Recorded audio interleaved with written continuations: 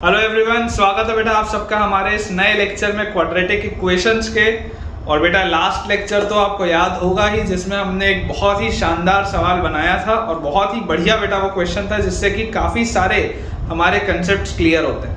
तो अब बेटा हम ऑलमोस्ट उस पॉइंट पे हैं कि अब हमें थोड़े रेंज के सवाल बनाने हैं। क्वाड्रेटिक इक्वेशन में रेंज क्या होता है, लेकिन आज का लेक्चर मैं सोच रहा था कि यार कुछ 5-6 ऐसे क्वेश्चन है बेटा जो मुझे लगता है कि आपको और मुझे कराने चाहिए। तो आज का लेक्चर हम कंपैरेटिवली छोटा सा रखेंगे। बेसिकली ये पिछले लेक्चर का ही कंटिन्यूएशन है, लेकिन लास्ट लेक्चर ऑलरेडी हमारा ऑलमोस्ट 1.25 घंटे से 1.5 घंटे का बन गया था, इसलिए ये वाला मैंने पार्ट उसमें नहीं रखा था। तो आज का लेक्चर कंपैरेटिवली छोटा सा होगा। बेसिकली ये पिछले वाले का ही कंटिन्यूएशन है, और उसके बाद फिर जो हमारा नेक्स्ट लेक्चर आएगा उसमें हम रेंज वाला जो टॉपिक है बेटा वो स्टार्ट करेंगे। तो आज के लेक्चर का बेटा जो पहला सवाल है, बेसिकली ये लास्ट लेक्चर का ही कंटिन्यूएशन है। तो हमारे पास फर्स्ट बेटा क्वेश्चन आज के लेक्चर का दिया हुआ है, if A and B are distinct positive integers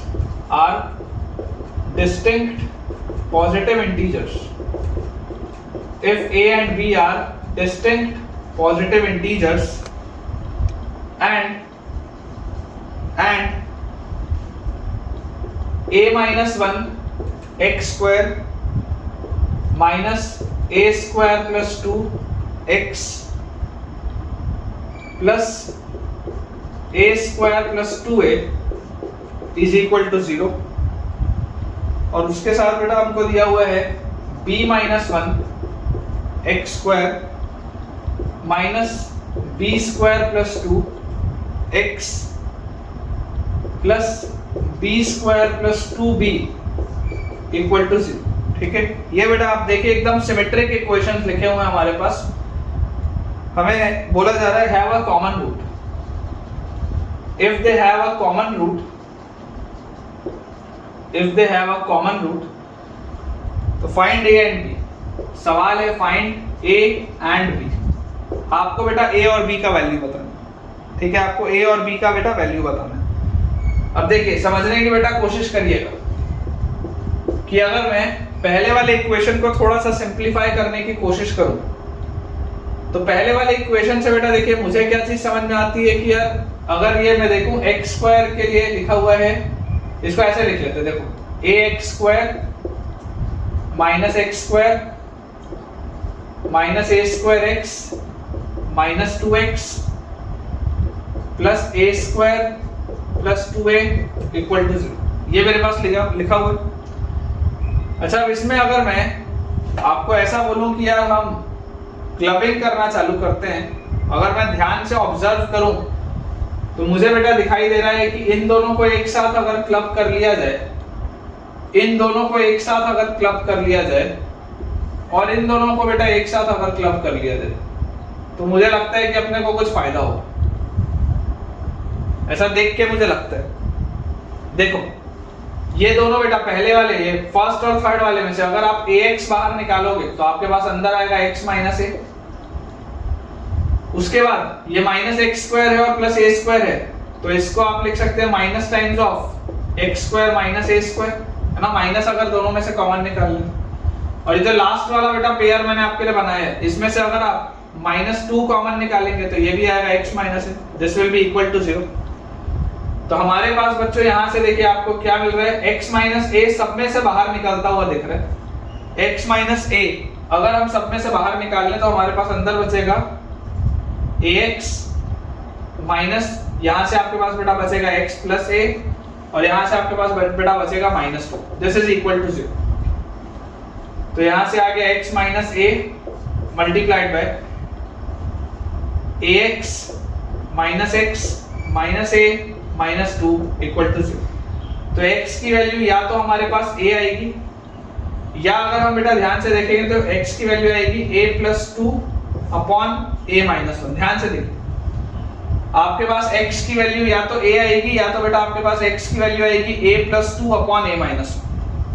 ठीक है, ये हमने बेटा जो किया है, ये पहले वाले इक्वेशन को थोड़ा सा हमने ओपन अप किया और रीअरेंज करके हमने 2 रूट्स निकाल लिए। क्वाड्रेटिक थी, हमने 2 रूट्स निकाल लिए। और मैं सेम लॉजिक से बेटा बोल सकता हूं कि दूसरे वाले के भी, क्योंकि इक्वेशन बिल्कुल वैसा ही है, दूसरे वाले के भी जो रूट्स होंगे वो क्या होंगे, b और b plus 2 by b minus 1, same तरीके के roots.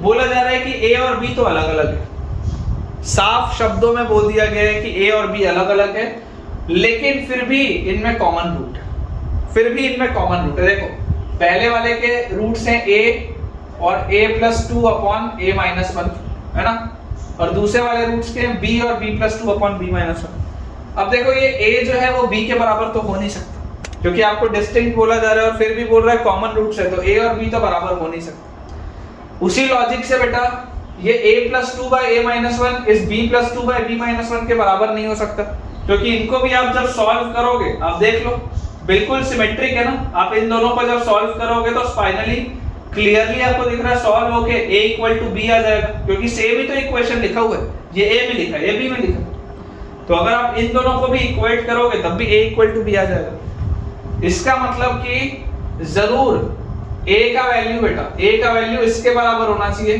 b plus 2 by b minus 1 के, या मैं बोल सकता हूं कि b का वैल्यू इसके बराबर होना चाहिए a plus 2 by a minus 1, ऐसा ही कुछ होना चाहिए, क्योंकि a और b आपस में इक्वल नहीं हो सकते। इसको इससे इक्वल करूंगा तो फिर सॉल्व होके a इक्वल टू b आ जाएगा, क्योंकि सेम तरीके का इक्वेशन लिखा है। तो अगर मान लो मैं a को इससे इक्वेट करूं, क्योंकि मुझे बोला तो जा रहा है कि कॉमन रूट तो है, तो अगर बेटा मैं a को इससे इक्वेट करूंगा तो मेरे पास देखिए क्या आ जाएगा, सॉल्व करके ab minus a is equal to b plus 2 आएगा, ab minus a is equal to बेटा b प्लस 2 आएगा। देखो बेसिकली इन दोनों को भी अगर आप सॉल्व करेंगे ना, इन दोनों को भी आप देखो सॉल्व करेंगे तो वही चीज तो आ रही है। देखो ab minus b is equal to a plus 2 आ रहा है, तो b का वैल्यू क्या आ रहा है, a plus 2 by a minus 1, वही तो आ रहा है। तो दोनों को सॉल्व करने का जरूरत नहीं, आप एक सिंपल सी देखो बस बेटा ये चीज करो कि आप देख सकते हैं कि इस इक्वेशन से इस इक्वेशन को बनाया जा सकता है। तो आप तो सिर्फ ये लिख के चलो कि a का वैल्यू क्या है, a का वैल्यू है b plus 2 by b minus, ठीक है। आप इसको देखेंगे, आपको बोला जा रहा है a और b दोनों पॉजिटिव इंटीजर्स हैं, और पॉजिटिव इंटीजर्स के बाद आपने सॉल्व किया तो आपके पास आ गया a is equal to b plus 2 by b minus. थोड़ा सा बेटा इसमें अपने को दिमाग लगाना पड़ेगा। देखो आप इसको बेटा ऐसे लिखो, a is equal to b minus 1 upon b minus 1 plus 3 by b minus 1, ऐसा लिख सकता हूं। बात तो वही है, देखो b माइनस 1 और 3 b plus 2 by b minus 1 वही लिखा हुआ, और यहां से आप इसको क्या बोल सकते हो, a is equal to 1 plus 3 by b minus 1, ऐसा आप बोल सकते हो। अब बेटा आपको ये देखो, आपको क्या बोला जा रहा है कि a और b दोनों के दोनों पॉजिटिव इंटीजर्स हैं, a और b दोनों के दोनों क्या हैं, दे आर पॉजिटिव इंटीजर्स। बहुत इंपॉर्टेंट पॉइंट है बेटा, क्योंकि अलग से आप सॉल्व करके तो निकाल नहीं सकते। अभी देखो मैंने थोड़ी देर पहले सॉल्व किया था, तो इसको सॉल्व करने पर वही चीज आ गई थी जो यहाँ पर लिखा हुआ था, तो अलग से तो आप सॉल्व कर नहीं सकते। तो आपको थोड़ा सोचना पड़ेगा कि यार आप a को चाहते हैं कि एक इंटीजर है, और मैंने देखो इसको जानबूझ के इसको ब्रेक करके कुछ ऐसे फॉर्मेट में जमाया। इसे मैंने जानबूझ के ऐसे फॉर्मेट में जमाया है ताकि यहां से मैं ये बोल पाऊं कि यार ये जो b-1 है ये या तो 1 होगा, या तो 3 होगा, या तो -1 होगा, या तो -3 होगा, अदरवाइज a इंटीजर नहीं आएगा। जो बोल रहा हूं ध्यान से सुनो, दोबारा सुनो, लिखना छोड़ के अच्छे से सुनो। आपको बोला जा रहा है कि a और b दोनों पॉजिटिव इंटीजर्स हैं, ठीक है। आपको बोला जा रहा है that a and b both of them are positive integers. तो अगर बेटा ये पॉजिटिव इंटीजर्स होंगे, इसका मतलब if they are distinct positive integers, इसका मतलब क्या है कि b-1 कुछ ऐसा होना पड़ेगा जो 3 को डिवाइड करे। भैया b इंटीजर है, देखो b जो है वो एक इंटीजर है, तो b-1 भी जो होगा वो एक इंटीजर होगा, ये बात तो मानते हो। b अगर एक इंटीजर है तो b-1 भी एक इंटीजर होगा, तो b-1 तुमको एक ऐसा इंटीजर लेना पड़ेगा जो 3 को डिवाइड करता हो, क्योंकि अगर वो 3 को मान लो डिवाइड नहीं किया, अगर वो बेटा 3 को डिवाइड नहीं किया तो ये पूरा का पूरा एक फ्रैक्शन आ जाएगा, और अगर ये पूरा का पूरा एक फ्रैक्शन आ जाएगा तो a एक फ्रैक्शन हो जाएगा। लेकिन a और b तो दोनों क्या है, पॉजिटिव इंटीजर। इसलिए मैंने b माइनस 1 की पॉसिबल वैल्यूज क्या बोली है, या तो 1 या तो 3 या तो -1 या तो -3, क्योंकि यही वो चार इंटीजर्स हैं जो 3 को डिवाइड करते हैं, उसके अलावा कुछ भी डिवाइड नहीं करता। तो यहाँ से बेटा देखो b की वैल्यू क्या होगी, यहाँ से b की वैल्यू आएगी, इसमें आप -1 ऐड करेंगे तो 2 या 4 या 0 या -2।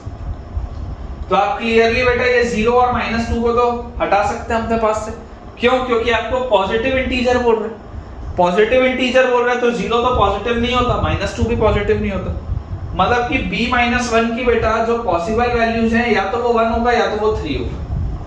b माइनस 1 जो है या तो 1 होगा या तो 3 होगा। अब देखो व्हेन b माइनस 1, अगर b माइनस 1 का बेटा वैल्यू 1 होगा तो a का वैल्यू बोलो क्या आएगा, 1 प्लस 3 बाय b माइनस 1 का वैल्यू क्या है 1, तो a का वैल्यू आएगा 4। और अगर b माइनस 1 का बच्चों वैल्यू हमारे पास 3 होगा तो a का वैल्यू बोलो कितना आ जाएगा, 1 प्लस 3 बाय b माइनस 1 का वैल्यू क्या है 3 है, तो a का वैल्यू आ जाएगा 2। तो देखो जब b का वैल्यू 2 है, जब b का वैल्यू 2 है तब a का वैल्यू 4 आया, और जब b का वैल्यू 4 है तब a का वैल्यू 2 आया। तो अगर आपको बोला जा रहा है फाइंड a एंड b, तो a और b का बेटा दो सेट पॉसिबल है, अगर a 2 होगा तो b 4 होगा, और अगर a 4 होगा तो b 2 होगा, ठीक है ना। ये दो सेट ऑफ आंसर्स हमारे पास पॉसिबल है। अपन एक बार अपना आंसर बेटा टैली भी कर लेते हैं। आपको एक बात देखो जो समझ के रखनी बेटा जरूरी है ना, जो समझना आपके लिए बेटा इंपॉर्टेंट है वो क्या है, इंपॉर्टेंट बेटा हमारे लिए बात ये है कि हमें इस पॉइंट के बाद इस पूरी चीज को सिंप्लीफाई करके एक ऐसे पॉइंट पे लेके आना पड़ेगा जहां से हम कुछ कंक्लूड कर पाए। हमें अगर बोला जा रहा है कि पॉजिटिव इंटीजर है तो वो फालतू में नहीं बोला जा रहा, उसका कुछ इस्तेमाल होगा, है ना, उसका कुछ इस्तेमाल होगा। तो हमने उसका इस्तेमाल किया कि मैंने इसको ब्रेक करके कुछ ऐसे फॉर्मेट में जमाया जहां से मैं क्लियरली बोल पाऊं कि b माइनस 1 इन्हीं में से कुछ ना कुछ होगा। तो वहां से मेरे पास b भी निकल आया और a भी निकल आया, ठीक है। अगर a 4 होगा तो b 2 होगा, और अगर b 4 होगा तो a 2 होगा, ठीक है ना। यही बेटा अपने पास दो सेट ऑफ पॉसिबल आंसर्स। तो अपना बेटा बोर्ड अपन क्लियर कर लेते हैं। हमारा जो नेक्स्ट क्वेश्चन है आज का उसे बनाते हैं। आज का लेक्चर बहुत अपन बेटा लेंथी नहीं रखेंगे, छोटा सा लेक्चर रहेगा आज का, ताकि उसके बाद अपना जो मेन टॉपिक है वो नेक्स्ट लेक्चर से स्टार्ट हो पाए, ठीक है ना। रेंज के सवाल आपको बेटा बहुत काम आएंगे, जो हम रेंज के सवाल पढ़ेंगे वो बहुत इंपॉर्टेंट रहेगा और आपके लिए बहुत यूजफुल भी रहेगा बेटा, आगे भी आपको यूज आएगा। जैसे ट्रिग्नोमेट्री में भी हमने कुछ रेंज के सवाल किए, वैसे ही फंक्शंस वाला जो आप चैप्टर पढ़ेंगे और बाकी भी जो चैप्टर्स आएंगे 11th में भी और 12th में भी, उनमें उसका बेटा अच्छा खासा यूज होता है। तो देखिए हमारे पास नेक्स्ट बेटा हमारा क्वेश्चन दिया गया है। अगला सवाल हमको बेटा मैं नोट कर देता हूं। If the quadratic equation x square plus bx plus c equal to 0 and bx square plus cx plus 1 equal to 0, ठीक है, have a common root,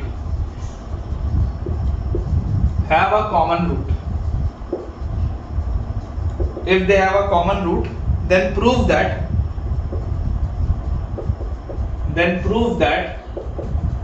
if they have a common root then prove that either b plus c plus 1 is equal to 0, either b plus c plus 1 is equal to 0 or b square plus c square plus 1 is equal to bc plus b plus c। ये बेटा हमारे पास सवाल है, ठीक है ना। ये बेटा हमारे पास सवाल दिया हुआ है और इसे हमें सॉल्व करना है, ठीक है। देखिए आप अगर ध्यान से इसको बेटा समझने की कोशिश करेंगे तो आपको बोला जा रहा है that they have a common root. तो मैं आपको क्या बोलूंगा कि अगर इसका एक रूट अल्फा है, एक बीटा मान लो, इसका एक अल्फा और एक गामा मान लो, ऐसे हम मान सकते हैं। तो हमारे पास कॉमन रूट आ जाएगा अल्फा। तो यहां से हम क्या बोल सकते हैं कि alpha square plus B alpha plus C will be equal to 0 and B alpha square plus C alpha plus 1 will be equal to 0। तो ये अपने पास बेटा दो इक्वेशंस आ जाएंगे इसको सॉल्व करने से, ठीक है ना। अब ये बेटा जो दो इक्वेशंस हमारे पास आए हैं, ये बेटा जो दो इक्वेशंस हमारे पास आए हैं, इसको थोड़ा सा अपन ऑब्जर्व करते हैं कि अगर हमें इसे सॉल्व करना है तो हम क्रेमर रूल पढ़ें। क्रेमर रूल का भी कभी-कभी इस्तेमाल करना चाहिए, हर बार सब्स्टिट्यूशन या एलिमिनेशन नहीं करना चाहिए। तो क्रेमर रूल देखो क्या बोलता है, क्रेमर रूल बोलता है कि अल्फा स्क्वायर लिखो, अल्फा लिखो, 1 लिखो, इक्वल टू लगाओ, लाइन खींचो, लाइन खींचो, लाइन खींचो। अल्फा स्क्वायर वाले को छिपाओ तो क्या मिल रहा है, b into 1 minus C square, b minus C square मिल रहा है। यहां पर अभी मैं रुका हूं, अल्फा बाय क्या मिल रहा है, bc माइनस 1 और 1 बाय यहां पर रुका हूं तो ये आ जाएगा c माइनस बी स्क्वायर। ये मेरे पास आ रहा है, ठीक है ना, ये मेरे पास आ रहा है। तो यहां से बेटा आपको दिखाई दे रहा है कि अल्फा का वैल्यू क्या आ जाएगा, अल्फा का वैल्यू बेटा आपके पास आ जाएगा bc minus 1 by c minus B square. Alpha का वैल्यू क्या आएगा, bc minus 1 by c minus B square. और अगर मैं इधर से बेटा इक्वेट करूं, पहले और तीसरे वाले को अगर मैं इक्वेट करूं तो बेटा अल्फा स्क्वायर का वैल्यू मेरे पास क्या आएगा, अल्फा स्क्वायर का वैल्यू आएगा b minus C square by c minus B square. देखो अल्फा स्क्वायर का वैल्यू आ जाएगा b minus C square by c minus B square, ये आ जाएगा, ठीक है। ये हमारे पास बेटा देखो एक बार इसको वापस चेक कर लेते हैं। अल्फा स्क्वायर हमारे पास है, अल्फा स्क्वायर के नीचे क्या लिखा है, b माइनस सी स्क्वायर, बिल्कुल ठीक है। उसके बाद अल्फा के नीचे लिखा है bc माइनस 1 और उसके बाद 1 के बेटा नीचे हमारे पास लिखा हुआ है c माइनस बी स्क्वायर, बिल्कुल अपन ने ठीक लिखा है बेटा। तो यहां से बेटा आपके पास देखिए, आप यहां से अल्फा स्क्वायर आपने निकाल लिया, अल्फा आपने इसको यूज करते हुए निकाल लिया, और आप अल्फा क्या लिख सकते हैं, और बेटा आप अल्फा लिख सकते हैं यहां से b minus C square by bc minus 1। ये तीन तरीके से बेटा क्रेमर रूल लगता है ना, क्योंकि तीन इक्वेशंस हैं तो तीन अलग अलग चीजें आपके पास आती हैं। और इसमें बेटा एक चीज ऑब्जर्व करने की हमारे पास और होती है कि देखिए आप अगर बेटा ध्यान से सोचेंगे तो ये बेसिकली इसका जो स्क्वायर होता है, इसका जो बेटा स्क्वायर होता है वो इन दोनों के प्रोडक्ट के बराबर होता है। इसका जो स्क्वायर आएगा वो इन दोनों के प्रोडक्ट के बेटा बराबर आएगा, आप करके देख सकते हैं। देखिए अल्फा आपने ऑलरेडी क्या निकाला है, अल्फा स्क्वायर तो आपने लिख लिया, अल्फा आपने लिखा है क्या, bc minus 1 by c minus B square. Alpha आपने लिखा है b minus C square by bc minus 1। देख लो यही तो आपने लिखा हुआ है ना, अल्फा आपने एक ये निकाला और एक ये निकाला, bc minus 1 by c minus B square. तो यहां से आपके पास देखिए बेटा क्या आ जाएगा, यहां से आपके पास आ जाएगा b minus C square into c minus B square is equal to हमारे पास क्या आ जाएगा, इज इक्वल टू बेटा हमारे पास आ जाएगा bc माइनस 1 का होल स्क्वायर, ठीक है, ये हमारे पास आ जाएगा। इसको एक बार सॉल्व कर लेते हैं। तो b जब c से मल्टीप्लाई होगा तो bc माइनस b क्यूब और उसके बाद minus c cube plus b square c square is equal to यहां से क्या आ जाएगा, b square c square plus 1 minus 2b। ये आएगा बेटा मेरे पास।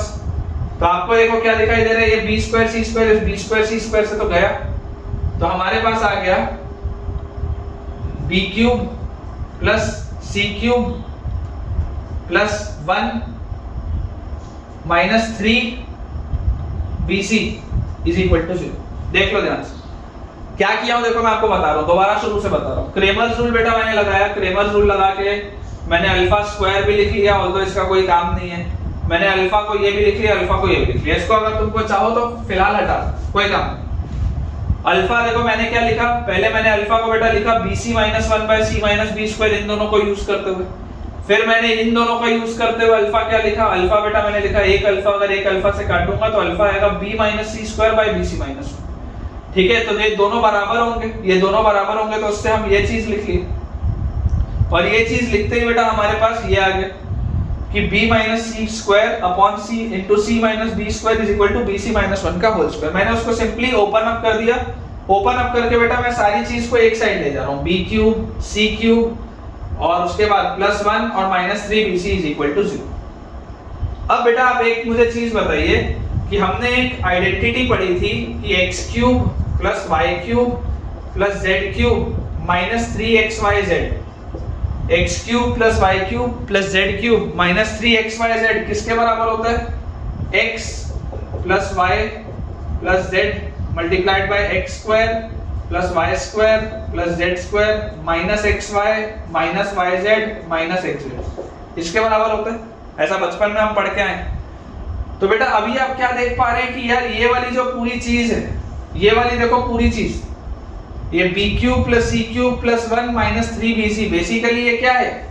आप देखो x जो है वो b की जगह है, y जो है वो c की जगह है, z जो है वो 1 की जगह है, -3xyz वो -3bc लिखा है, साथ में 1 भी है। इस पूरे की चीज 0 है, इस पूरे की वैल्यू 0 है। तो बेटा अगर इस पूरे की वैल्यू 0 है, इसका मतलब b + c + 1, ये पूरी जो चीज लिखी हुई है इसका फैक्टराइजेशन क्या होगा? इस पूरी चीज का factorisation b + c + 1 into b² + c² + 1 और -bc - b - c। बेसिकली इसका बेटा फैक्टराइजेशन यही होगा, देख लो आप, ये हम पढ़ के आए हैं, इसका फैक्टराइजेशन ये होता है। तो इसको अगर मैं देखूंगा x ये है, ये y है, ये z है, ये 3xyz, कंपेयर अगर करोगे तो ये इसका फैक्टराइजेशन लिखा हुआ। अब दो फैक्टर्स का प्रोडक्ट 0 है। अगर दो बेटा फैक्टर्स का प्रोडक्ट 0 है तो या तो पहला वाला फैक्टर 0 होगा जो ये लिखा हुआ है b + c + 1 = 0, या तो ये दूसरा वाला फैक्टर 0 होगा, और अगर ये 0 हुआ तो b² + c² + 1 का वैल्यू आ जाएगा bc + b + c के बराबर। ठीक है, आसान सा सवाल है, कोई बहुत ज्यादा डिफिकल्ट क्वेश्चन नहीं है। एक बार तसल्ली से बेटा आप देख लीजिए, मेरे हिसाब से तो बहुत ही इजी क्वेश्चन है ना, मेरे हिसाब से बेटा बहुत ही इजी सवाल है ये, कोई बहुत बड़ी बात नहीं। थोड़ा भी बेटा अगर आपको डाउट आ रहा होगा तो आप पूछ सकते हैं, है ना। हमने अब बहुत सारे सवाल बना लिए और मुझे जो लगता है कि थोड़ा आसान है उसको, इसलिए मैं थोड़ा सा फास्ट में निकल जाता हूँ। लेकिन अगर आपको डाउट आएगा तो मैं आपको बेटा डाउट बताने में कोई दिक्कत नहीं है, आप कमेंट कर सकते हैं। जो भी आपको बेटा चीज पूछनी हो आप पूछ के बेटा बता भी सकते हैं मुझे। अगर फास्ट लग रहा हो तो आप वो भी बता सकते हैं कि सर हमें फास्ट लग रहा है, थोड़ा सा स्लो कराइए। और अगर कोई डाउट आता है तो आप ऑफ कोर्स पूछ तो जा सकते ही, ठीक है। तो इसके बाद बेटा जो नेक्स्ट हमारे पास क्वेश्चन दिया हुआ है, एक दो सवाल ही हैं, उससे ज्यादा नहीं है, ठीक है। अगला बेटा हमारे पास जो सवाल लिखा है उसमें बेटा लिखा हुआ है कि आपको बोला जा रहा है, देखिए एक मैं आपको टेक्निक सिखा रहा हूँ, एक टेक्निक आपको बेटा मैं सिखा रहा हूँ कि जैसे मान लीजिए हमारे पास बोला जाए कि यार x² - 8x + 15, x² - 8x + 15 = 0, ठीक है। इसके लेटेस्ट से दो रूट्स मुझे दिए हुए अल्फा और बीटा। अब ऑल्दो तुम इसको सॉल्व करोगे तो तुम्हारे पास आ जाएगा कि इसके दो रूट्स 3 और 5 आएंगे, है ना। आप सॉल्व करोगे तो आ जाएगा आपके पास कि इसके बेटा दो रूट्स आएंगे 3 और 5। लेकिन मान लो थोड़ा सा कॉम्प्लिकेटेड होता, मान लो थोड़ा सा बेटा कॉम्प्लिकेटेड होता और मुझे रूट्स नहीं पता होते, मान लो थोड़ा सा कॉम्प्लिकेटेड होता और मुझे रूट्स नहीं पता होता। तो फिलहाल अगर मैं बोल रहा हूँ कि अब मेरे पास दो रूट्स हैं अल्फा और बीटा, आपको मैं बोल रहा हूँ find the quadratic whose roots find a quadratic whose roots are double, whose roots are double, find a quadratic whose roots are double the roots of given equation। आपको एक ऐसा क्वाड्रेटिक बताना है जिसके रूट्स इसके डबल हो, ठीक है। तो जो तरीका होता है, तरीका क्या होता है मैं आपको बता रहा हूँ, बिना रूट्स निकाले कैसे सॉल्व करते हैं, ठीक है ना। ये पर्टिकुलर टाइप ऑफ क्वेश्चन होता है, ये थ्योरी ऑफ इक्वेशन जब हम पढ़ेंगे उसमें भी आएगा, लेकिन ये एक पर्टिकुलर टाइप का सवाल होता है, कैसे करते हैं मैं आपको बताता हूँ। देखिए आपको बोला जा रहा है कि इसके रूट्स अल्फा और बीटा है, तो इसका तरीका है कि make the new equation in y। जैसे ये x में बना हुआ है ना, आप नया इक्वेशन y में बनाइए। जैसे ये x में बना हुआ है, आप नया इक्वेशन बेटा y में बनाइए ताकि आपको कंफ्यूजन ना हो। तो अगर मैं आपको बोल रहा हूँ make the new equation in y, तो आपको इसमें क्या बोला जाएगा कि यार अगर x की वैल्यू अल्फा है, एक रूट है ना, एक रूट है, x की वैल्यू अल्फा है, x की वैल्यू बीटा है, रूट है राइट। तो उसके हिसाब से बेटा अगर आप नया इक्वेशन y में बनाते हैं, अगर आप नया इक्वेशन y में बनाते हैं तो उसके जो दो रूट्स होंगे क्या है, उस roots are double the roots of the given equation. तो उसके दो रूट्स 2 अल्फा और 2 बीटा होंगे। सोच के देखो, अगर इसके रूट्स अल्फा और बीटा थे तो नए वाले इक्वेशन के दो रूट्स 2 अल्फा और 2 बीटा होंगे। मतलब कि y का वैल्यू 2 अल्फा के बराबर होगा, y का वैल्यू 2 बीटा के बराबर होगा। हम ऐसा बोल सकते हैं, या मैं ऐसा बोल सकता हूं कि यार अल्फा तो x के बराबर था तो y का वैल्यू 2x के बराबर होगा। यहां से भी वही आएगा, y का वैल्यू 2x के बराबर होगा। इसका मतलब x का वैल्यू y/2 के बराबर होना चाहिए। ये इंपॉर्टेंट है, ध्यान से देखना, ये जुगाड़ होता है, बहुत बढ़िया जुगाड़ होता है बेटा। ये देखो शुरू से बता रहा हूं, आपके पास इमेजिन करिए कुछ इस तरीके का सवाल आया कि आपके पास एक क्वाड्रेटिक इक्वेशन लिखी है, कॉम्प्लेक्स सी, या एक ऐसी क्वाड्रेटिक इक्वेशन जिसका आप रूट नहीं निकाल सकते या जिसका आपको रूट नहीं पता। आपको सिर्फ ये बोला जा रहा है कि इस क्वाड्रेटिक इक्वेशन के दो रूट्स हैं अल्फा और बीटा।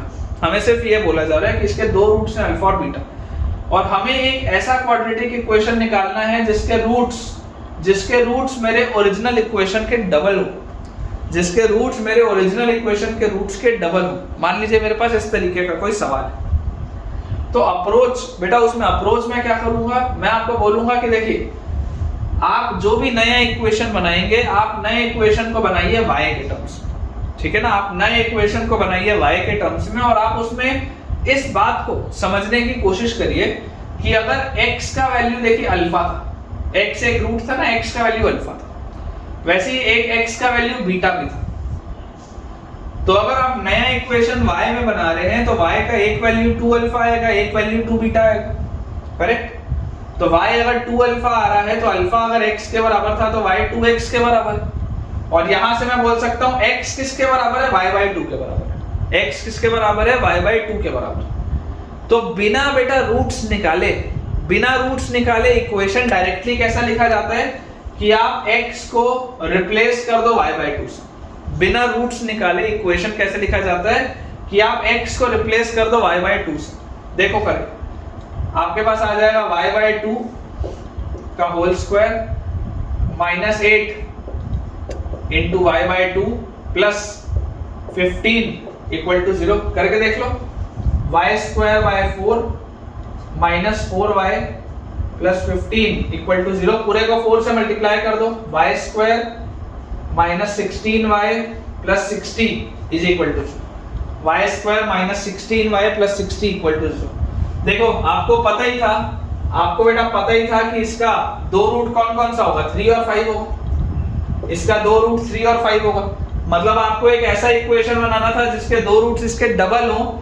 मतलब यू वांटेड एन इक्वेशन जिसके रूट 6 और 10। अगर 3 और 5 इसके रूट्स हैं तो आपको एक ऐसा इक्वेशन बनाना था जिसके रूट 6 और 10, करेक्ट। तो आप आंसर क्या बोलते हैं, x² minus sum of roots into x plus product of roots equal to 0। यही तो आप बोलते हैं और यही तो आपको मिला है। भैया अगर आपका क्वाड्रेटिक x में हो, चाहे आपका क्वाड्रेटिक y में हो, चाहे आपका क्वाड्रेटिक z में हो, अरे रूट थोड़ा ना बदल जाएगा। x में क्वाड्रेटिक लिखोगे तब भी वही दो रूट है 6 और 10। y में क्वाड्रेटिक लिखोगे बेटा तब भी वही दो रूट्स हैं 6 और 10, ठीक है ना, उसमें कोई भी चेंज नहीं आएगा। तो अप्रोच क्या होता है, देखो इस चीज को, है ना, मेरे पास ये था इसलिए मैंने करा दिया, नहीं तो इस चीज को मैं आपको थ्योरी ऑफ इक्वेशंस में भी कराऊंगा। थ्योरी ऑफ इक्वेशंस एक बेटा आपका टॉपिक आएगा, उसमें हम बहुत डिटेल में ये वाली चीज देखेंगे। इस तरीके के जो मॉडिफिकेशंस होते हैं ना, ये वाली जो अप्रोचेज होते हैं, उसमें मैं आपको अच्छे से सिखाऊंगा। लेकिन आप फिलहाल के लिए इस बात को बेटा समझ के रख सकते हैं कि अप्रोच किया कैसे जाता है, ठीक है ना। अप्रोच कैसे किया जाता है ऐसे सवालों को, वो आप समझ सकते हैं इससे। अदरवाइज थ्योरी ऑफ इक्वेशन में भी आएगा, ठीक है। तो बेटा देखिए हमारे पास एक सवाल अपन और करते हैं, है ना। इसका ऑल्दो अभी आपको तुरंत में तो कोई यूज नहीं है, लेकिन एक क्वेश्चन अपन और करते हैं। अच्छा सवाल है नेक्स्ट वाला भी जो बेटा मैं आपको करा रहा हूँ, मजा आएगा आपको, है ना। आप कुछ ना कुछ पक्का इसमें सीखेंगे। हमारे पास क्वेश्चन बेटा देखिए जो दिया गया है, सवाल हमको बोल रहा है, सवाल बेटा हमको बोल रहा है कि fx is equal to x raise to the power 4 plus ax cube plus bx square plus cx plus d, ठीक है, where a b c d are constants, where a b c d are constants, आपको ये बोला जा रहा है where a b c d are constants। अब इसमें आपको बेटा देखिए दिया गया है f of 1 का वैल्यू 10 है, f of 2 का बेटा वैल्यू आपके पास 20 है, f of 3 का वैल्यू हमारे पास 30 है, और हमें बेटा इवैल्यूएट करना है f of 10 plus f of -6 divided by 8, f of 10 plus f of -6 divided by 8, हमें बेटा ऐसा सॉल्व करना है, ठीक है। इसका अप्रोच बहुत इंपॉर्टेंट है बेटा, इसका अप्रोच बहुत इंपॉर्टेंट है, आपको मतलब मजा आएगा इसके अप्रोच में। आपको अगर ऐसे वाले सवाल और चाहिए होंगे तो मैं जरूर होमवर्क की बेटा जो प्रैक्टिस शीट्स है उसमें शेयर करूंगा। Very important approach. तो हमारे पास देखिए नॉर्मल बच्चा इसको कैसे अप्रोच करेगा मैं आपको बताता हूँ। कोई भी जो साधारण बच्चा है वो इसमें बोलेगा कि सर आपके पास इसमें कितने वेरिएबल हैं, 4 वेरिएबल हैं, A B C D 4 variable हैं, इक्वेशन कितने दिए हैं, 3। अब भला क्या 3 इक्वेशन से 4 वेरिएबल सॉल्व हो सकता है क्या? सोच के देख, 3 इक्वेशन है 4 वेरिएबल है, क्या सॉल्वेबल है ये? तो ये सॉल्वेबल तो नहीं। 3 इक्वेशन और 4 वेरिएबल तो सॉल्वेबल नहीं है, कोई भी बच्चा ऐसा सोचेगा। चलो कोई अगर ऐसा ना भी सोचे तो वो क्या बोलेगा कि सर f of 1 10 है, मतलब 10 की वैल्यू होगी 1 plus a plus b plus c plus d। फिर f of 2 20 है तो 20 बराबर f of 2 है तो 2 की power 4 16 plus 8a plus 4b plus 2c plus d। ऐसे करके थोड़ा ना सॉल्व करोगे यार, सोचो ना कितनी मेहनत हो जाएगी। 4 इक्वेशन 3 इक्वेशन 4 वेरिएबल, पहली बात तो सॉल्वेबल है ही नहीं ऐसे, और उसमें भी अगर तुम इस तरीके से लिख लिए और तुम बोले कि इससे उसको माइनस करो, ये करो वो करो, तो बेकार हो जाएगा सवाल, ठीक है ना, पूरा सवाल बेकार हो जाएगा बेटा। तो इसका अप्रोच जो मैं आपको सिखा रहा हूँ वो बहुत इंपॉर्टेंट है ना, अप्रोच बहुत इंपॉर्टेंट है। आप जरा सोच के देखिए, आपको एक बात ये तो दिखाई दे रही है कि fx जो है वो डिग्री 4 का equation, fx is a polynomial of degree 4, इसमें कोई शक नहीं, fx is a polynomial of degree 4। अब अगर बेटा ये डिग्री 4 का कर्व मुझे दिया हुआ है, if this is a degree 4 curve, तो मैं आपको बोलता हूं कि इधर आप पैटर्न देखिए, इधर आप पैटर्न देखिए, ये वाला जो पैटर्न है ना, ये वाला पैटर्न, क्या ये fx is equal to 10x जैसा दिख रहा है क्या? ये वाला इन 3 के लिए, सिर्फ इन 3 के लिए क्या fx is equal to 10x आपको दिख रहा है क्या?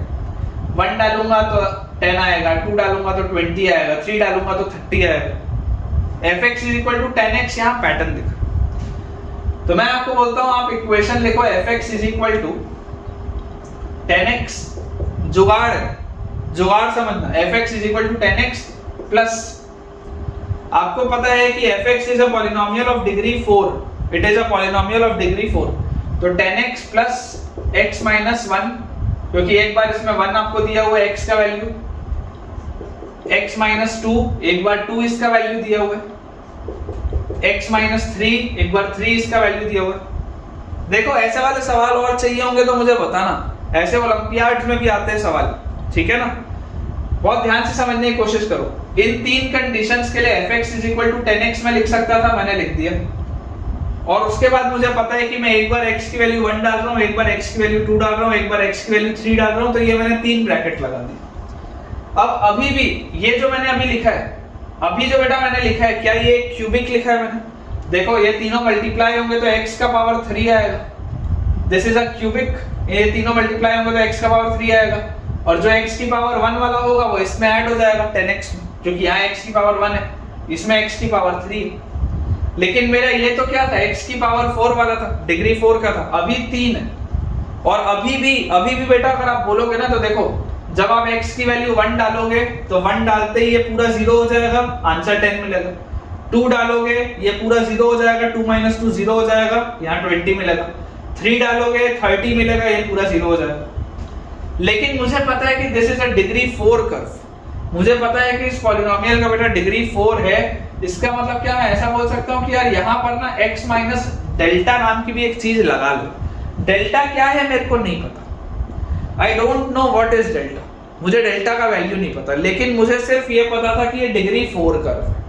तो मुझे यहाँ पर x के 4 फैक्टर चाहिए होंगे, तभी तो डिग्री 4 बनेगा ना, देखो तभी तो डिग्री 4 बनेगा। अगर डिग्री 5 कर्व होता तो मैं यहाँ पर x के साथ कुछ और भी लगाता, लेकिन क्योंकि ये डिग्री 4 है बेटा, इसलिए यहाँ पर मैंने ये 4 चीजें लगाई। मैं फिर बोल रहा हूँ, डाउट आएगा पूछ लेना, डाउट आएगा कमेंट में पूछ लेना, नहीं तो ऐसे सवाल बहुत सारे हैं बेटा मेरे पास। मैं जो आपको प्रैक्टिस शीट शेयर करूंगा उसमें रहेंगे ऐसे सवाल, है ना, उसमें ऐसे सवाल रहेंगे, विद सॉल्यूशन मैं कोशिश करूंगा शेयर करने का। तो ये अप्रोच से देखिए मैंने क्या किया, ये जो मैंने लिखा है, ये जो मैंने अभी बेटा इक्वेशन लिखा है, आप इसको भी ध्यान से देख सकते हैं, ये डिग्री 4 का कर्व है और ये इन तीनों कंडीशंस को सेटिस्फाई कर रहा है। 1 रखोगे ये सब 0 हो जाएगा, 10 आएगा। 2 रखोगे ये सब 0 हो जाएगा, 20 आएगा। 3 रखोगे ये सब 0 हो जाएगा, 30 आएगा। 3 इक्वेशन थे, इस तरीके का मैंने एक कर्व आपके लिए डिजाइन कर दिया, ठीक है।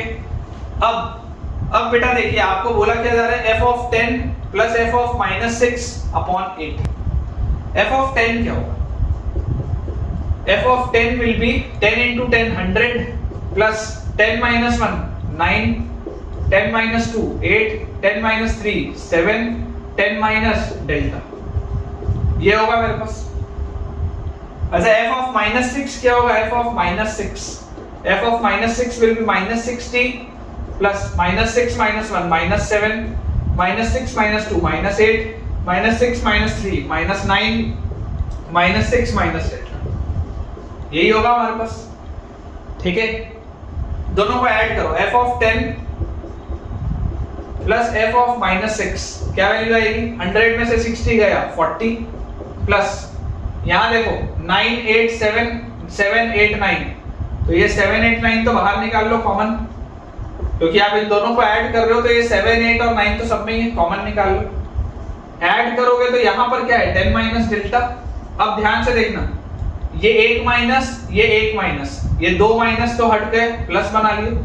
ये 1 माइनस था, इसको अंदर भेज दो, तो जैसे ही आप इस माइनस को बेटा अंदर भेजोगे तो ये दोनों प्लस हो जाएंगे, और क्योंकि मैं ऐड कर रहा हूं तो मेरे पास आ जाएगा +6 प्लस डेल्टा। इन सवालों की बेटा ब्यूटी ये होती है कि ये इस तरीके से सेट होते हैं कि आप ये जो एडिशनल वेरिएबल मानेंगे ना, वो देख लो एडिशनल वेरिएबल कट जाएगा।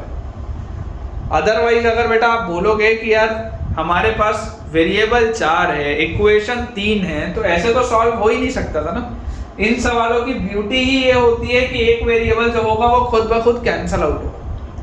तो ये अप्रोच बहुत इंपॉर्टेंट था, और उसके बाद बस मैंने इन दोनों को ऐड किया। जैसे ही ऐड किया तो ये दोनों माइनस तो बैलेंस हो गए, इस माइनस को मैंने अंदर भेज दिया तो ये दोनों जो माइनस थे ये प्लस हो गए, और ऐड मैंने कर दिया। 7 8 9 इधर भी था, इधर भी था, कॉमन ले लिया। और इस पूरी चीज को मुझे डिवाइड करना है 8 से, इस पूरी चीज को बेटा मुझे डिवाइड करना है 8 से। तो देखो 8 से ये 8 तो गया, 8 से डायरेक्टली ऐसे कैसे काट दिया यार मैंने, गड़बड़ हो गई ना। 8 से डायरेक्टली नहीं काट सकते, आगे 40 भी तो लगा है। तो देखो आपके पास आ गया 40 प्लस 7 8 9 और उसके बाद 10 और 6 16, ये अपॉन 8, ठीक है, ये अपॉन 8 बेटा आपको दिया हुआ। तो यहां से बेटा आप देखिए आपके पास क्या आ जाएगा, आप अगर काटेंगे ना तो 40 को भी आपको 8 से काटना पड़ेगा, तो यहाँ 5 आएगा और ये वाला 8 कटेगा। तो हमारे पास क्या आ गया 16 into 9, 16 into 9 होता है 144, 144 into 7 और उसमें आपको 5 ऐड करना, 7 into 144, ठीक है। तो सॉल्व कर लेते हैं बेटा, 7 4 are 28, 8 कैरी 2, 7 4 are 28 और 2 30, 0 कैरी 3, 7 1 7 और 3 10, और उसमें बेटा 5 ऐड हुआ है, मतलब कि 1013 आ रहा है बेटा अपना आंसर, ठीक है क्या। इसका आंसर बेटा अपने पास 1013 आ जा रहा है।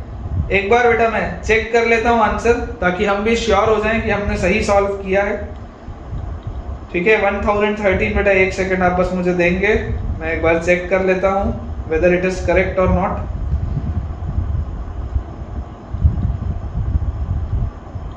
बिल्कुल सही है बेटा, बिल्कुल सही। अपना आंसर है 5, जो मेरे पास लिखा है that is 5 plus 7 into 9 into 16, ठीक है ना। 5 प्लस 7 इंटू 9 इंटू 16, तो यही आएगा। 7 इंटू 9 इंटू 16 करोगे तो ये 1008 आ जाएगा और उसमें 5 ऐड हो जाएगा। 5 प्लस 9 इंटू 7 इंटू 16, ठीक है।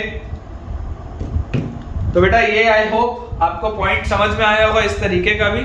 ये वाले अप्रोच में बेटा अगर आपको थोड़ा सा भी डाउट आएगा तो आप जरूर मुझसे कमेंट से पूछिएगा, क्योंकि ऐसे वाले और भी अपने पास बहुत सारे बेटा सवाल हैं, और ऐसे वाले सवाल जनरली ओलंपियाड्स में आते हैं, जेईई मेंस में भी इस तरीके के सवाल आ जाते हैं। एडवांस के लिए तो ये आसान सवाल है तो ऐसा नहीं आएगा, लेकिन मेंस में जरूर ऐसे बेटा क्वेश्चंस आ सकते हैं। ठीक है बेटा, तो जैसे मैंने आपको बोला था कि आज का लेक्चर हम शॉर्ट रखेंगे, तो इसके साथ हम अपने आज के लेक्चर के एंड पर पहुंच चुके हैं, और क्वेश्चंस का जो सिलसिला इतने समय से हमारा चल रहा था, अब मुझे उम्मीद है बेटा कि वो बढ़िया से आपको अच्छे से सारी की सारी चीजें समझ में आ गई होंगी। तो विद दिस हम अपने आज के लेक्चर को एंड करते हैं। नए लेक्चर में बेटा मिलेंगे नए टॉपिक के साथ। वीडियो पर कमेंट जरूर करिएगा, अपना एक पॉजिटिव फीडबैक जरूर दीजिएगा जो भी आपको अच्छा लग रहा है, ताकि इसी तरीके से मैं आपके लिए मेहनत करता रहूं और आपके लिए अच्छे से अच्छे सवाल लेकर आ पाऊं। वीडियो को लाइक करना, चैनल को सब्सक्राइब करना और दोस्तों के साथ इस वीडियो को शेयर करना बिल्कुल भी ना भूलें। और कुछ भी डाउट आता है तो पूछ आप सकते हैं बेटा। टेलीग्राम चैनल का लिंक डिस्क्रिप्शन में दिया हुआ है, उसे ज्वाइन करिए, वहां से आपको मेरा आईडी मिल जाएगा। आप मुझे चाहें तो पर्सनल मैसेज भी बेटा वहां पर कर सकते हैं, ताकि मैं आपके डाउट्स और बेहतर तरीके से क्लियर कर पाऊँ। Thank you.